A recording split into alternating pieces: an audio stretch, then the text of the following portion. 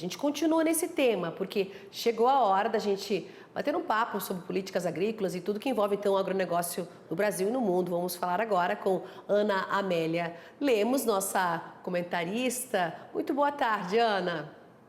Boa tarde, Simone. Pois eu saí dessa secura de Brasília que você está enfrentando aí também com uma roupinha de verão. Eu estou aqui toda encasacada de lã, porque aqui a temperatura caiu e a umidade relativa do ar está muito, mas muito mais alta que a de Brasília. Então, veja só, este é o país continental que temos. De um lado, muito incêndio, muitas queimadas, de outro lado, muita chuva e até temporais, como aconteceu em maio aqui no Rio Grande do Sul. Então, a questão climática, e você estava abordando esse tema agora na sua entrada na discussão e na apresentação dessa notícia, que o ministro das Relações Exteriores, Mauro Vieira, e da Agricultura, o Fávaro, solicitaram às autoridades da União Europeia que não aplicassem a lei do desmatamento que proíbe a importação pela Europa de áreas que foram desmatadas. Ora, se o produtor teve um acidente grave, como um incêndio, que não foi ele que provocou, que foi por causas naturais ou até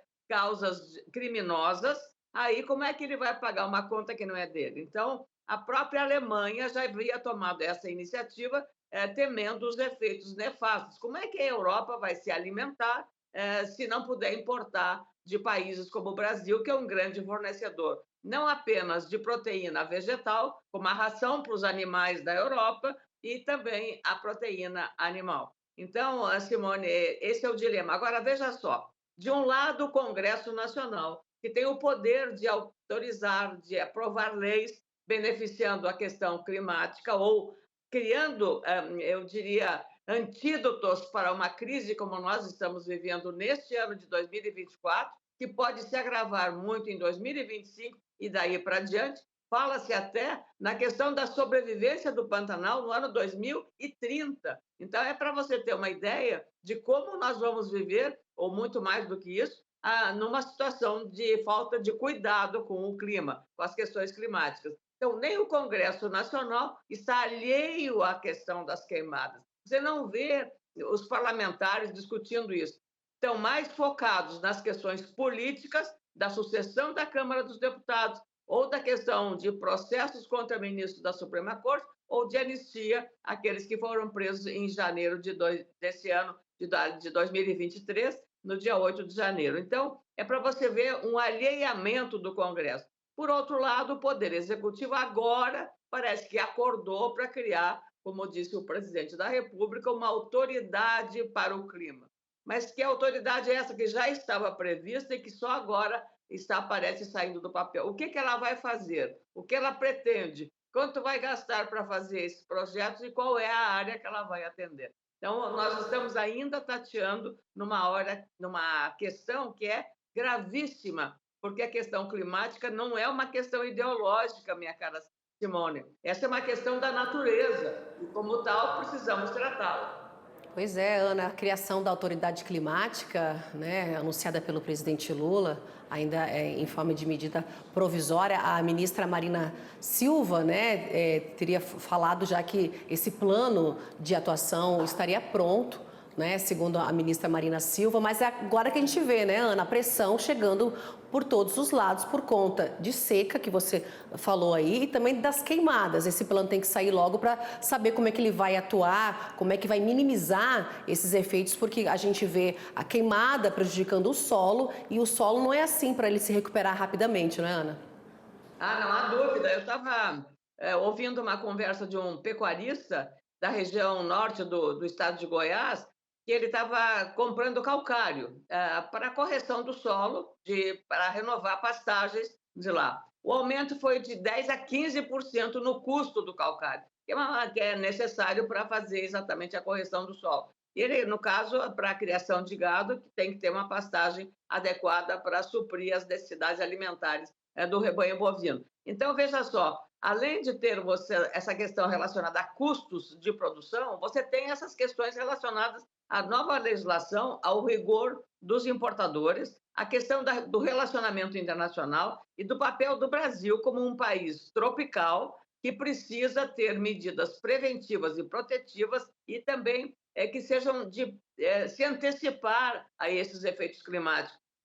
Se o governo já tivesse implementado políticas mais objetivas nisso, talvez a gente não estivesse passando por esse momento. Até porque os órgãos que tratam dessas questões, seja da Polícia Federal, para investigar os eventuais crimes que cometeram, que incendiaram propriedades em várias regiões do país, São Paulo, Mato Grosso e outras regiões, né, mas também para dotar esses organismos, como o IBAMA e outros, de um pessoal equipado e também devidamente qualificado para atender essas demandas, Simone, porque a gente fica enxugando gelo, aparentemente, porque não consegue avançar com medidas que garantam a sustentabilidade da produção do nosso país. E não é culpa, não, dos produtores que sabem. Já temos um Código Florestal que é muito rigoroso e todos cumprem. Agora, para ter o CRA, que é o Cadastro Ambiental Rural, o CAR, você sabe qual é a dificuldade. Não está na mão e nem na responsabilidade do produtor, está na responsabilidade das autoridades que concedem esse CAR. Não há estrutura, não há recurso, e aí fica o produtor pagando uma conta que não é dele. Ana, finalizando aqui em relação ainda à lei antidesmatamento da União Europeia, né? O mapa do Itamaraty nesse esforço conjunto aí para que seja então adiada a entrada em vigor, que a gente sabe, né? Já vai estar chegando aí em dezembro de 2024 para iniciar já 2025. É uma pressão também que vem de outros países, não só do Brasil, dos Estados Unidos também, nessa luta aí para que esse adiamento nessa entrada, não é? Porque é fato, ela vai ocorrer, mas os países esperam que dê tempo, então, para o produtor se organizar. O ministro Carlos Fávaro falando aí em relação à sustentabilidade do Brasil e colocando, entre aspas, né? Ele falou que a lei é uma abordagem punitiva, então, aos produtores. Acredita, então, Ana, que vai surtir efeito e que a lei ela vai ser prorrogada, pelo menos a entrada dela? Olha, Simone, quando não apenas os dois grandes países produtores na competição internacional, especialmente de soja e milho, que é o Brasil e Estados Unidos, você tem também dentro da própria União Europeia países importantes como a Alemanha, que é, junto com a França, a maior economia do bloco. Então, esses países, quando reagem, especialmente no caso da Alemanha, que o Partido Verde é muito forte, a questão ambiental na Alemanha sempre foi uma pauta muito relevante, com um Partido Verde muito fortalecido naquele país, que tem relações históricas com o Brasil, você vê que a questão não é tão simples assim. Então, é preciso compatibilizar com a realidade. Os Estados Unidos, mesmo como o Brasil, viveu incêndios das florestas em áreas de plantio muito grandes recentemente. Então, essa questão climática do aquecimento global, que é para todos, não é só para o Brasil, é para todos, também vem aí suscitar aí a preocupação global dos líderes que governam esses países. Então, nesse campo, o governo brasileiro tem obrigação, como nós somos um país tropical, de caminhar mais rápido como demonstração de estar tomando a iniciativa de fazer coisas objetivas, claras e bem definidas para proteger o ambiente e continuar sendo.